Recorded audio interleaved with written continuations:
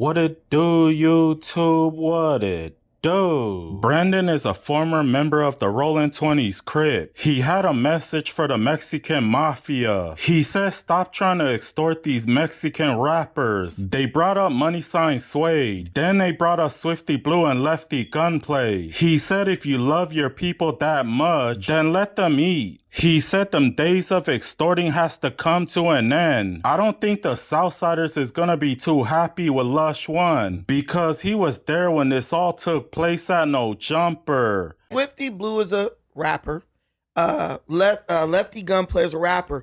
At a certain point, at what point, and this is my question to the Mexican Mafia, at what point do you let these dudes do what they do well without trying to like lord or hover over them and like basically want to take their life over ultimately frivolous stuff? Did he kill somebody that's related to you? Did he do anything that was so egregious? This is nothing but intimidation. That's it. You won't let me bully you, so now I want to take your life. Those days have to come to an end for any of our groups to actually make progress. Brandon said there's a serious issue with the Hispanic community because they're allowing an old loser who got life in jail to extort them. Remember, those are his words, not mine. Brandon said it's not just the Mexican that he's talking about because he's talking about the blacks too. He said Big U extorted a lot of black rappers too. Brandon said all of that gotta stop. Because if a kid grows, if there's one Mexican kid who's growing up saying, I want to be successful, and there's a threat that there's some loser who threw his life away who will take their life because they can't extort him, that means there's a serious issue within the Hispanic community. But That's 100%. That's 100% facts right there. And I think it's not even just the Hispanic community. It's not. I think that goes. Yeah, I think that goes for all our community.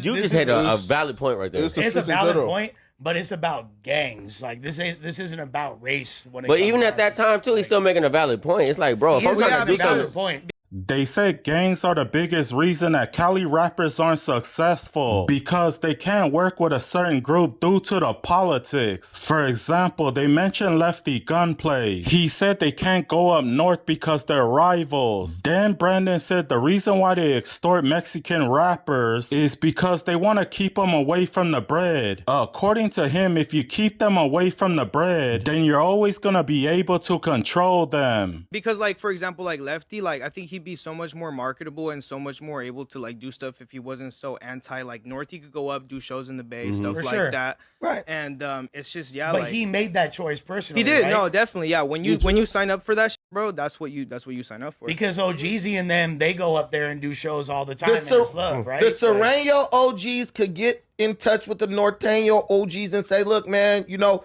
we know we got our differences. They do it in jail. They do it everywhere where they need to. Yeah. Just say, look, we got our artist coming up there. Just make sure he's good. Bro, money talks, bullshit walks. But if you can keep people away from the bread, you will always be able to control them. 100% fact. So